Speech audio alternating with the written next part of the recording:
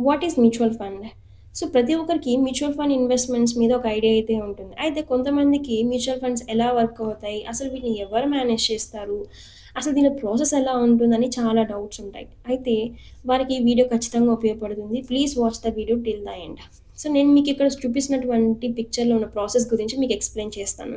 So, ఈ పిక్చర్‌లో ఎవరైతే ఇన్వెస్టర్స్ మనీ రూపంలో ఇన్వెస్ట్ చేయాలనుకుంటున్నారో మ్యూచువల్ ఫండ్ కంపెనీస్‌లో, సో, ఇక్కడైతే ప్రతి మ్యూచువల్ ఫండ్ కంపెనీస్‌లో మోర్ దెన్ 100 ఆఫ్ స్కీమ్స్ అయితే ఉంటాయి. ప్రతి స్కీమ్‌కి ఒక ఫండ్ మేనేజర్ అయితే ఉంటాడు. ఆ ఫండ్ మేనేజర్ ఇన్వెస్టర్ ప్రొఫైల్‌ని బేస్ చేసుకొని ఇన్వెస్ట్‌మెంట్ చేయడం జరుగుతుంది.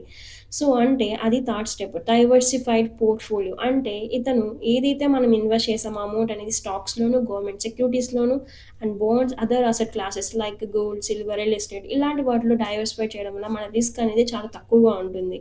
సో, ఇది best option for long term అనమాట. సో, ఎవరైతే మనము ఇన్వెస్ట్‌మెంట్ చేయాలనుకుంటున్నారో, సో, ఈ మ్యూచువల్ ఫండ్ స్కీమ్స్ అనేది చాలా అంటే చాలా బ్యూటిఫుల్ ఆప్షన్ అనమాట.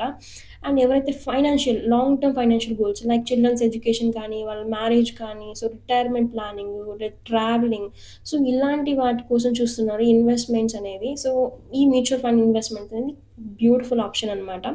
అండ్ ఇంకొకటి ప్రతి ఒక్కరు తెలుసుకోవాల్సిన విషయం ఏంటంటే ఏఎంసీస్. ఎవరు మ్యూచువల్ ఫండ్ కంపెనీస్‌ని మేనేజ్ చేస్తారు? సో, ఈ మ్యూచువల్ ఫండ్ కంపెనీస్‌లో ఎవరుంటారంటే ఎస్‌బీఐ, ఐసీఐసీఐ. సో, ఇక్కడ మీకు చూపిస్తున్నటువంటి list of mutual fund companies అనమాట. సో, ప్రెజెంట్ ఇన్ ఇండియాలో టోటల్లీ 48 ప్లస్ ఏఎంసీస్ అయితే ఉన్నాయి. సో, మోస్ట్‌లీ మనకి బ్యాంకింగ్‌లో ఉన్నటువంటి టాప్ రేటెడ్ కంపెనీస్ కూడా ఇక్కడ మనకి లిస్ట్ అయి ఉన్నాయి చూడొచ్చు మీరు.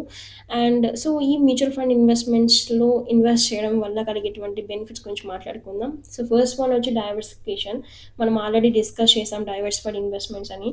And provisional management fund managers ఉంటారు. And liquidity option. So, liquidity అంటే మనం ఏదైతే మ్యూచువల్ ఫండ్ ఇన్వెస్ట్‌మెంట్ చేసామో, సో, మనం ఏ టైంలో అన్నా మనం వీటిని విత్‌డ్రా చేసుకోవచ్చు.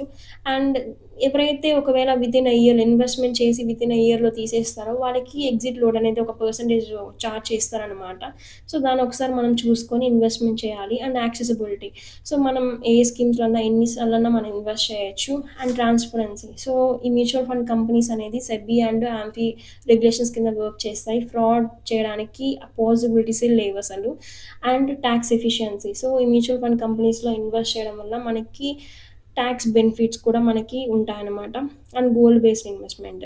సో, గోల్ బేస్డ్ ఇన్వెస్ట్‌మెంట్ అంటే మనం చూసినట్లు almost financial long term goal ఉంటాయి కదండీ! సో, లైక్ చిల్డ్రన్స్ ఎడ్యుకేషన్ అని, మ్యారేజ్ అని. సో, ఇలాంటి long term goal based investments ఎవరైతే చూసుకుంటున్నారో సో, అలాంటి వాళ్ళకి ఈ ఇన్వెస్ట్‌మెంట్ అనేది బ్యూటిఫుల్‌గా ఉపయోగపడుతుంది.